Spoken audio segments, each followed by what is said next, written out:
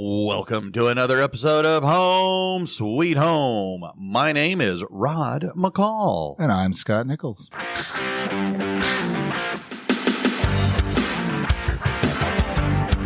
You know, it feels like we were just here, but it's been a whole week since we got together to make another episode. It has been. I'm glad, though, that I have my phone. You are? Yeah. Well, have you ever noticed it? Are you? You use your phone? My phone's always with me. Well, whenever I go, I always pat myself down. Keys, phone, wallet. Keys, phone, wallet. Yeah. So that way, whether, I'm leaving the house or leaving, my classroom or getting out of my truck, keys, phone, wallet, keys, phone, wallet. Do you ever not have it with you? Yes, and then I panic and I'm trying to find where are they? All right. You know who doesn't who ever not have it with them, it seems? Who? When I'm in the classroom, I just feel like they always have it. Right. And even when a student says they don't have it, I'm always like, yeah, you do. Yeah. Yeah, you do have it. I thank you. And I have a very strict no cell phone policy in my classroom. You do. You're good at that. I tell the kids, kind of like from, crying out loud. What was that show from New York? The Soup Nazi. Oh, Seinfeld? Seinfeld. Thank you. God, my mind drew a blank. Anyway, I tell the kids, instead of being a soup Nazi, I'm a cell phone Nazi. No phones in here. No phones in here. So anyway, yeah, but they always have it, right? They're always on. Oh, they do. And it's a constant battle. And definitely an addiction. I've even had some kids tell me they think it's an addiction. Well, I tell them it is. Whether they believe me or not, I don't know. Yeah, I'd rather have them tell me. Okay. Well, that's pretty cool. So I thought maybe today we would bring in somebody who is well-versed in helping kids. I'm not a fan of cell phones, and beyond the basic use of calling and, Right. Nobody calls on cell phones anymore. They don't? No, nobody calls. Oh. They're not for calling. They're for texting and looking things up. Okay. Well, so I feel that phones for teenagers, young kids, has gotten to be epidemic in a negative way. Yeah. And so we have with us a fantastic guest. He is a school counselor who also happens to be a licensed professional counselor. So he sees kids here at school and has private practice. And so I thought he might be able to maybe lend some insight into cell phone use. When is it good, and can it be too much of a good thing? So awesome. How about Cameron Gibson? Welcome to the show. Yeah. Appreciate it, guys. Appreciate it. Long time listener. Definitely during the summers when I have free time and I don't have to. What is that? What is free time? Well, I'm with you on the summer thing, right? It looks a lot different nowadays, man. Especially having two kids that are under the age of 5. Oh my goodness. The free time, you think that you have it, and then next thing you know, you to the bathroom, they're right there behind you. That free time looks a lot different. Hands under the door. Just all of it. Hey, what are you doing? You know what I'm doing. Why are you? Right. Times that I notice, I'm hey, it's I not just want to be on my secret. phone for 5 minutes without you being down my neck. But, yeah. Yeah. So long time So listener. you like to use your phone too? I will say that I got a love-hate relationship with my phone. It's definitely one of those things where I feel like I have to put limits on it, which I didn't really realize was a thing until I would pull up to a red light, and then next thing I know, I'm pulling out my phone to check something. I'm sure. This is just it's a habit at that point, So just trying to make sure that I'm limiting myself as much as I try to tell kids to limit that. I'm just see, now that's hard. I'm really not as good at that as Rod is. I know that if I'm not in my class and I can visit Rod's room, he is very on with his cell phone policy, and his policy extends to him where he doesn't actually use it himself. And I applaud him for that. Yeah. Well, I have a lot of things going. And so if my kids are working on something, sometimes I it's not intentional. I think it's almost like a muscle reaction or something. I just check it. Yeah. And then I catch myself and I tell my students not to do that. And there I am doing it. Well, I see it as I'm going to demonstrate. I'm going to lead from the front and lead by example. And if I tell the kids no cell phone in my classroom and I'm on it, well, then that's a double standard. And I'm not a fan of double standards. Yeah. Especially kids No, you're nowadays. It's, oh, you're on your phone. Like, you do have those Right. kids that'll push those limits. And I don't want to say like don't have the respect, but they also have that mindset where, okay, well, if you're not doing it, then I don't have to. Then you get into that whole conversation. Sure. But then, I'm the adult. So yeah.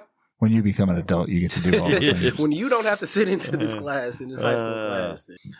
Well, where I thought we could potentially go, and this is why I wanted you, because you have you see kids in a different way than Scott and I do. Because Scott and I have shared many times that we are classroom teachers, but you see them as a counselor, you see them in a much different way.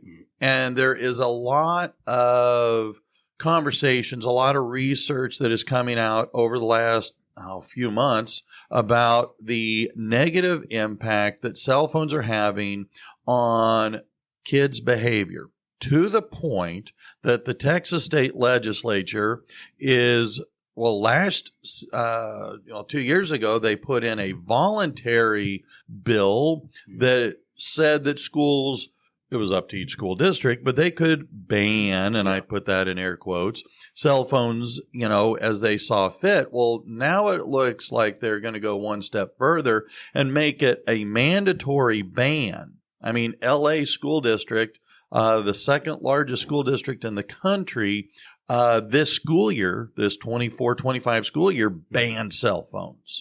Wow. So my question to you is, have you seen, in your capacity in working with kids, that cell phones do indeed have a potential negative effect on their social emotional health? So overall, I would definitely say yes, but I mean, with everything, there's kind of like a spectrum, like there's the kids who know how to deal with it versus the kids who don't know how to deal with it. And it's a lot of stuff that kind of goes into it. And I feel like one of the big things, and I was kind of thinking about this the other day, during private practice, have a kid who they legit are not able to be away from their phone. Like even within our, counseling sessions where your parents are paying me, like you're here for a specific amount of time. And like the first thing that you want to do, like as soon as you feel that little vibration, it's pull the phone out. And it's to the point now where I'm just like, hey man, like, like we're still in the session. It's like, oh yeah, I just want to show you this. I just want to show you this. So like, again, it's kind of like that muscle memory because they've been using it for so long. So, even with that, a lot of times I, kind of think, when it comes to my kids, like at what point am I going to be like, hey, I'm okay with you having a phone, not wanting to introduce it to them too quick, sure, but also don't want that kind of social stigma around, oh, I don't have a phone and all my friends have it. What am I missing out on? And then that goes into a whole nother thing of now I got to sneak around, and I have so many kids, even at the school who are like, hey, my parents don't know that I have a phone. And to be that parent to not know that my kid has a phone. But, it's just a lot of stuff that kind of goes into it that I definitely see it can have a positive effect, but it also, you have to like toy that line very, very carefully to say like, hey, you have access to all of this, but I don't want to give you so much freedom to where you're, utilizing it in a bad way to where it's affecting you, negatively in the mental space. So, it's a lot that kind of goes into it. For one, I definitely feel like it's on the parents for sure. But also with that, like parents can't control everything. Like there's only so much that you can do as a parent once you give a kid that much access. Yeah. Because once you have that access, like the whole world just opens up. And it's unfortunate because what you think is an innocent, gift to a kid, as soon as they get internet access, all of that innocence gets taken away. Like I've had to realize that with my 3-year-old. Like it's like, you yeah, gave a 3-year-old a phone? Not a phone. Oh, not okay. a phone. Nah, no, we've had that conversation. So even prior to having kids, me and my wife, like we would go out to, restaurants and stuff and we'd see families and, the little kid be at Chili's with the little tablet and we're like, we're not going to be those parents that gives us our 3-year-old a tablet. Next thing you know, my 3-year-old and my 5-year-old have a tablet. And so it's just like, it's one of those things where it's like, it's convenient, but you also have to make sure. But there's some great educational things on those. And there too, is. right? And there is. So there are good reasons to use it. Yeah. And you just have to make sure that that you're monitoring it enough to where, hey, you have this scope of things that you're able to have access to. Yeah. Like with my kids, we don't let them get on YouTube, because as soon as you click on YouTube, you think that you're watching one video, ends up coming in another video. And that's how, that innocence gets affected just like that, because you've watched a video that you thought was Coco Melon. And then next thing you know, you see, two 90-year-old guys playing with dolls or something like that. Now what I wonder is this like when the kid pulls out the phone, right? And they're looking at it, I don't feel like that's causing, like the phone is the cause of the mental health issue. I feel like the phone and it's the pulling it out all the time is just amplifying some other issue that exists, right? Like, FOMO, or, you have, this need for attention, things like, because social media is like that, right? Mm-hmm. Like I put it on social media, and then I gotta check 2 seconds later Does to see, did anybody like my post on social media? Like what's happening?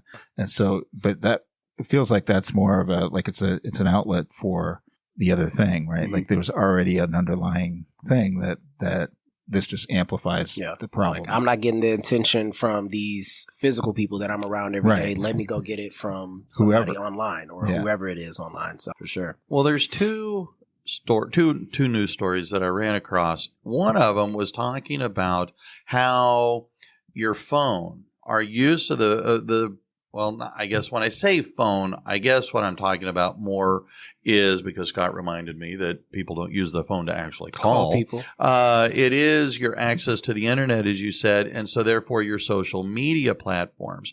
And there was a school or a child psychiatrist, she was commenting that to go what you're saying, Scott, is that with this FOMO, this being on our phone, has actually accented issues, increasing kids' senses of anxiety, depression, self-harm, online bullying, and as well as addiction itself to the phone. And that these are causing a vast amount of unintended consequences and side effects. Right. Is that what you are seeing with the kids that you deal with or engage with? Yeah, absolutely. And it's to the point now where I don't want to say like every student that I see within private practice has some type of ramifications from that, but it is a lot. Cause you'll get the kids on one side of the spectrum who's, for example, hey, I have social anxiety. I don't like being around people. I feel like everybody's looking at me. And then, I go to, Instagram or, Snapchat or whatever. And that's how I communicate with people, because I don't like communicating with people in the real world. And then on the other hand, it's, hey, I communicate with people in the real world. I like to take pictures and XYZ and all of these other things, but I'm affected by everything that they're saying as well. So it goes hand in hand a lot of the time. So I'm seeing that, again, private practice, I'm seeing that in schools where, kids are feeling bullied because of whether it's, hey, they're saying stuff about me or they're not saying stuff about me. Like you said, that fear of FOMO. As soon as I post something, now I'm going back and I'm looking at it. Okay, did people comment? Did people like my stuff? Okay, nobody liked it. That means I need to be extra. And then you end up going down that rabbit hole with trying to do too much on social media and trying to get attention in the wrong way. So yeah, it's bad, like pretty much all over at this point. So it's just a matter of, at this point, I feel like we can't put anything like that back in the bag. We just have to kind of monitor where we're at right now and just do the best that we can. I feel like I should clarify a little bit here and just be like, because I know that Rod didn't realize that you don't use a phone to actually call people the way we used to. There's probably people out there who are like, why do they keep talking about FOMO? What's FOMO, right? Like FOMO is fear of missing out. And so, that's a legitimate fear that I think kids have always had. But it was just, like I'm missing out on the baseball game because I couldn't go, right? Because I was grounded. Mm-hmm. Whereas now it's like there's instant everything. People are taking pictures, people are doing things. So there's a real fear of missing out on all kinds of stuff that might be happening at the same time. And that creates some anxiety as well. Well, there's a number of calls. Again, like I said at the very beginning, school districts, we have school districts here in North Texas that have put a ban on cell phones. Mm-hmm. Do you see in your humble opinion, and I'm taking it just as your opinion, do you think that if there was a ban on phones at school, would that help this situation? Or do you think it may have literally no impact or it could make things worse? In my honest opinion, I don't think that it will it'll probably have an impact on the school day itself. As far as like kids paying attention, not having that, back and forth with teachers as far as like arguing over the phones and things like that. But I don't think that it would have as big of an impact as people are making it seem. Like, I feel like, in my opinion, they're thinking like, hey, if we ban the phones in school, then all of this other stuff is just going to fall. Like, depression is going to lessen, self-harm is going to lessen. I don't think that that's going to be the case because, yes, kids are here for the majority of their day. I mean, 8 hours a day, throughout the week. That's, a third of their time they're spending at school. But on top of that, you're still having the time that they are on their phones at home and on the weekends and all of that other stuff. So I don't necessarily think that it'll have a huge impact. It can have some impact, especially when you are limiting yourself to just the people that are here at the school. If that's what your social media is, if it's just like your friends at school, then obviously that'll be limited as far as like the contact that you're able to have. But we know there's no other reason than kids having social media. They are accessing people outside of school as well. So you also have to think of what's happening between 4:30 and, 8 o'clock the next day. So yes, small impact, but I don't think it's going to be like this drastic, like, oh, cell phones are banned, all kids are fixed. I would agree. And I think that instructional impact is what the state is after. Yeah. Right. That they want to deal with the distraction in the classroom. And, there's some teachers like you who do it really well. And then there's some teachers like me who do it, mildly well. And then there's some teachers who don't do it very well at all. And so, it's difficult, right? And I think from the state's perspective, they're probably just thinking, well, if we just outlaw it, right, that takes it off the teacher's plate, takes it off the administration's plate for fighting, and puts it at square in the state's plate.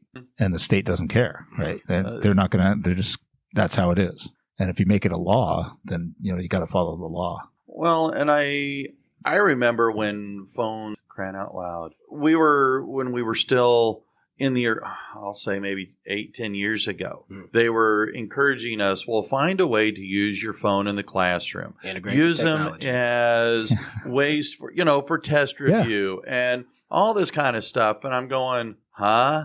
I guess being an old dinosaur, it took me a while. Well, you still thought phones were for calling people. I guess yeah. All right, well. The little rotary phones where you have to turn the knobs and everything. Yes, and don't mess up because you got to start all over again. Though I did have a sister win tickets to the movie tickets on a radio call-in on a rotary phone. So it can be done. But no, I remember that. I remember because I was excited about that when that happened. They were like, use it for this thing. And I had we used to have things called placards where you could have like a QR code that they would hold up and you could scan it to see, that would be their answer, yes or no, or whatever. And so you could scan these things in the whole room at the same time and you could get instant results. And so from a formative assessment point of view, trying to figure out, is your class getting it? Right. Yeah. I thought that was awesome. Right. Yeah. And of course the kids are using these things. And companies are using them and all the apps and all the things. So it's technology has always been a thing that's been adopted by education. We've used radio, we've used TV, we've watched movies. Everybody got excited when I were in school and the VCR or the reel-to-reel player was rolled in, right?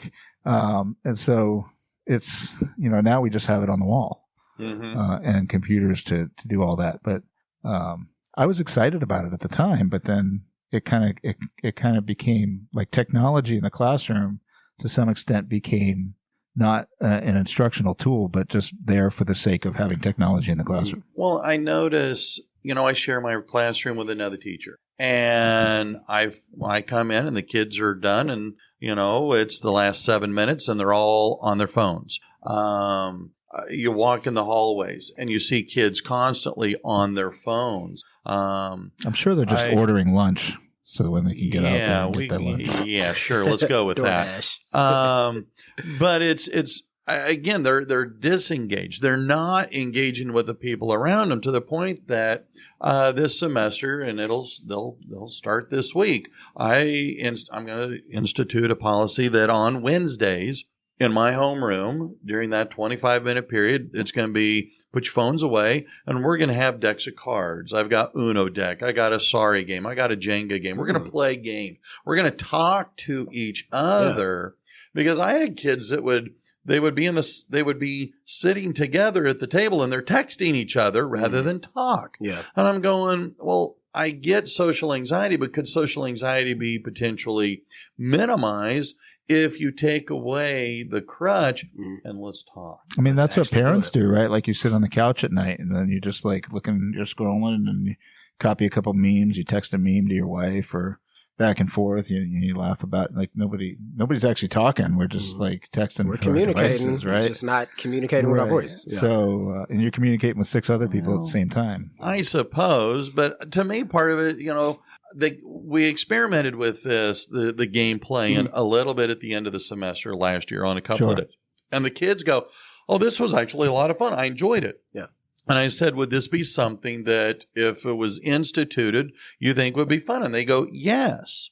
And so I thought, well, then we will do that, starting this semester. But it's been a little chaotic getting going as we've just, with snow days and all that other garbage. And so I've been slow in implementing it, but I think it'll be something fun. And I think it'll require me, like not using my phone. I will come out and I will join and we'll play games. And it doesn't have to be for the whole 25 minutes, but if we're getting a little bit of time to social, physical interaction, well, could that help the effects of depression, that sense of isolation, that sense of, well, nobody sees me, so I have to manufacture something so somebody will see me. Yeah. And I definitely agree, especially on that point. And if you need somebody to come beat some kids in Uno, I would definitely be on board with that. But just kind of one of the big things. You got a bunch of draw 4s up your sleeve. Hey man, draw 4s, draw 8s. I got the new Uno decks and everything. All right. Oh, yes, draw 15s on that. Some crazy stuff in there. Maniac Uno game. I forget what it's called, but it's ridiculous how many cards I had at one point. But it is what. But yeah, kind of speaking on that, especially just kind of making like a small impact here and there. Even when doing private practice counseling, and I have parents that are bringing their kids in for like social anxiety and stuff. Some of them who obviously haven't done like a ton of research. It's my job to, educate the family, educate the kid and stuff like that. Cause a lot of them, they're like, hey, you're coming in for counseling in 2 sessions. They should be fixed and they should be able to go on out in the world and be able to talk to the kids. And I'm like, no, like it's been like 15 years of this kid like having this problem. It's not going to be fixed in, 2 50-minute sessions. Sure. So even something as small as, hey, we're going to take 25 minutes, 15 minutes, and we're going to play this game every single Wednesday. Not being in your phone, not having any interaction with like social media and stuff like that. Small stuff like that goes a long way. And once you compound that, on days and days, that's when you start seeing that impact. Right. So, I mean, I love that idea of, trying to do the FaceTimeless time that you will have with kids. Yeah, I mean, I have some times in my class where I'm just like, there's no electronics today. We got some paper. We're going to talk. Old school, right? And we're going to talk, and we're going to talk to each other. We're going to talk in small groups. We're going to actually convert. And then you get some students who are like, oh, what's your name? And it's like, we've been here all year. Right? Like, and you still don't know that person's name because you haven't looked up. You haven't looked up one time and ask somebody else, oh, how's your day going? Or can I borrow a pencil? Like it's weird. It's weird to me just because one, I'm a social person and I grew up in school where like cell phones were like first getting introduced. Yeah. And I mean, we were, I want to say like 7th, 8th grade when that first started happening, but we didn't have social media and stuff. So back then you were really only using the phone to call people. And then texting started getting introduced and that became big. I want to say like my 9th grade, 10th grade year, not trying to date myself or like that. Right. But there was still that need for that interpersonal reaction. Like I had to come up to you and ask, hey, what's your cell phone number? Or, hey, you want to go out this weekend? I'll text you and let you know, where we're going to go. Like you still had to have some type of interaction, even though you did have a phone, but we weren't like all on the, the Snapchat. And that's how we're primarily communicating and through Instagram and all the other social media channels. So it's just kind of weird seeing how all of those stages have, I don't want to say gotten worse than worse, but the interactions that you will actually have, the interpersonal connections, how that's just gotten less and less over the years. And you're seeing an increase, like I said, in like that social anxiety piece, that depression piece, self-harming, because kids aren't communicating with each other or communicating with adults. Right. Well, some of the stuff I've been reading talks also about how it impacts your behavior. And they were tying your behavior response, or kids in particular, their behavior, especially bad or more negative behavior issues, because of their amount of time on the screen and how much screen time actually impacts your sleep. And so when you're not getting good quality sleep, well, that impacts your behavior. Mm-hmm. And yet here we are at school, and they are, they're 4 periods a day, 4 90-minute periods. And so if a lot of that is, we're forcing them to use mm-hmm. their screen time, then their own cell phone use, and maybe they're watching, stuff on their own computer at home. Yep. How many hours a day are they getting in screen time? So therefore it has a negative impact on, their sleep, but it also creates a sense of anticipation because, they're being fed a lot of, I forget the exact term, but basically they were being fed instant gratification. Mm-hmm. Yep. And so that creates more and more and more. And so it keeps you on your screen, whatever game or whatever it is you're on. And so all these things are creating now kids with not only with social anxiety or other issues, now they're also bad behaviors. Mm-hmm. And so is that something that do you agree with any of this research, or does reality come with a little different point of view? So again, it's one of those things where obviously it has to be monitored, but I have seen an influx in like the behavior aspect of that, because a lot of what kids see, like you said, that instant gratification when they're scrolling, they're watching a video for like 10 seconds and then they're on to the next. Then they're paying attention to something else for 10 seconds and it's on to the. But then when it comes to school, like we're not breaking it up into like 10-second, it's like ever. Mm-hmm. I mean, in life, you're not breaking things into 10-second increments unless it's like a football play or something like that. Go Chiefs. Yes. Anyway, not going to talk about that right now. But so when they're having those issues because they're so used to getting that instant gratification, or I'm seeing stuff for like 5 to 10 seconds here, and then you're expecting a kid to sit down for a whole 90-minute class period, or even a 50-minute class period at, like the middle school levels at some points, it just doesn't work. And so then you get teachers who are upset with students. You get students who are upset with teachers because now you're having this unequal sense of expectation for the kid. Like you're expecting the kid to sit down, pay attention. I'm going to lecture you for 5-10 minutes here, but your attention span is only 5 to 10 seconds. And so you have that imbalance, which then leads into the behavior issues, because now I don't want to pay attention, and not necessarily I don't want to pay attention, but at a basic level, I can't pay attention because I've trained my brain so much to just get that instant gratification. And I'm looking at these videos that are 5 to 10 seconds long. And now I'm spaced out because I have to sit down here for 20 minutes and listen to you talk, or go through a book for, 20 so minutes. So you definitely see a lot of the behavior stuff, especially with it's getting younger and younger at this point. I'm seeing 12-year-olds at the clinics who have those same types of issues, emotional outbursts in class because they're not getting that instant gratification that they're normally getting from, social media, YouTube videos like that. Huh. So obviously these are, these are probably complicated issues when you're talking to kids and parents, and relating to specific situations. And I'm sure there's a lot of outside stuff about life and home life and all those things that can kind of play into it. Right. But just kind of generically, I was just wondering, like, what is it that people could or might consider doing to help their child if they feel like they might be spending too much time on their phone, or maybe the adult themselves, they're struggling with that. I mean, what are some basic things that might be kind of generic that they could try? Generic things that I think that have kind of at least helped from what I've seen is definitely kind of like that scheduled time.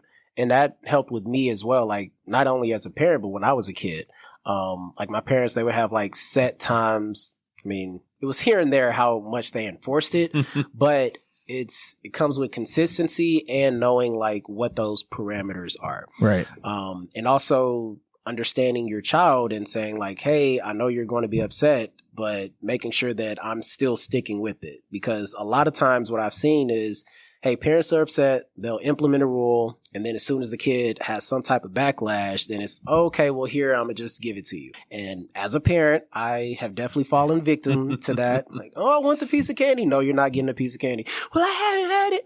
Okay, buddy, well, here's one piece of candy. Go away. And, that'll just translate to the next thing. Thing. They're following you to the bathroom. Give me another piece of candy. And all of that. And right.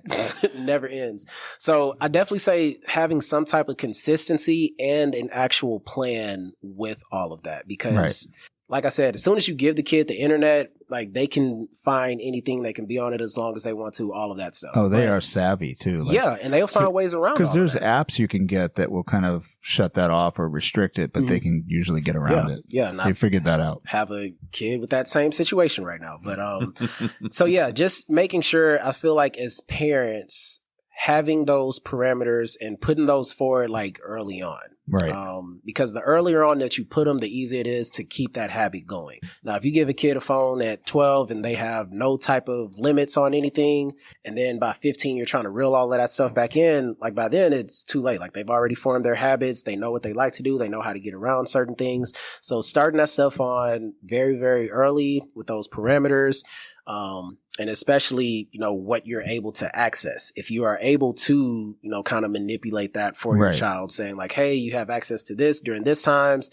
If, you want to get on Instagram or Snapchat, you have to be down here in the room with us, anything like that, that kind of helps you control that situation as much as possible, but not to the point of like, like a dictatorship, like, hey, I want to see who you're texting at all the time. Cause at that point, then that's when I remember when sneaking around and stuff. I ended up taking, my youngest daughter's phone away from her for like a couple of weeks at one point because, she was getting involved in things she shouldn't have, and with people she shouldn't have been involved with. Or at least that was my feeling. And as the parent, I feel like I have that right. Yeah, he had that liberty. So that was tough, right? She's much older now and realizes that really was a good idea, right? And I don't know what this is like for you, Rod, or you, Cameron. What I have, an iPhone, so I have a limiter on it, like for social media. Yep. And it's so easy to get beyond, right? Like even I can get beyond it, right?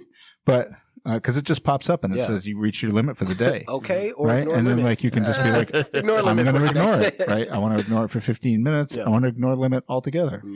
But at least I've had to make that choice. Right. I've had it come up and be like, oh, I have spent too much time on this. Now maybe I'm doing something important, and so like I actually do need to get beyond it, or maybe I could just gives me that pause to say, all right, it's time to be done. Yeah. Right. Like I don't know where all that time went. And for me, I feel like a lot of people say that. Yeah. And me and my wife, we try to do that. I do it now. So now I'm a little bit better with it, especially during the week. Now on the weekends, it's a little bit difficult just because I'm like, all right, man, I'm done working and now I'm just chilling here. The kids are taking a nap. And then next thing I know, I've been on YouTube for like an hour and a half and then the limit goes off. And I'm like, oh, okay, well, let's just watch YouTube on the TV now. So I don't have to actually click ignore it.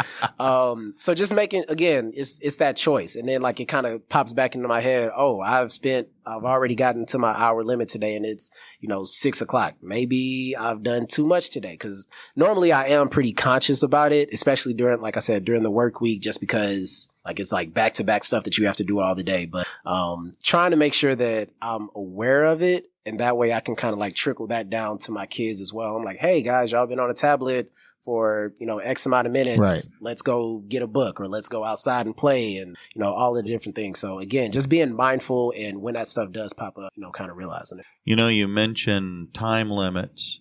Do you know that we have gone over our 30 minutes? This has been fast. Very well, fast. yeah, I think we've had some great, discussion here and some practical advice. And I am the least expert in the room here, so but don't sell yourself short. I certainly appreciate. Short. Educationally, like you guys are LPCs. So that's not my thing. I'm just a parent and a teacher. But Not that that's, super low, but It's not a lot. I'm not, No. you know what I mean? Like, I'm well, not, I don't, you guys could talk Well, lots of words that I probably don't know, but it's practical advice I think that people need. And just an idea, something to try. Like I always go back to the atomic habits. You want to be 1% better.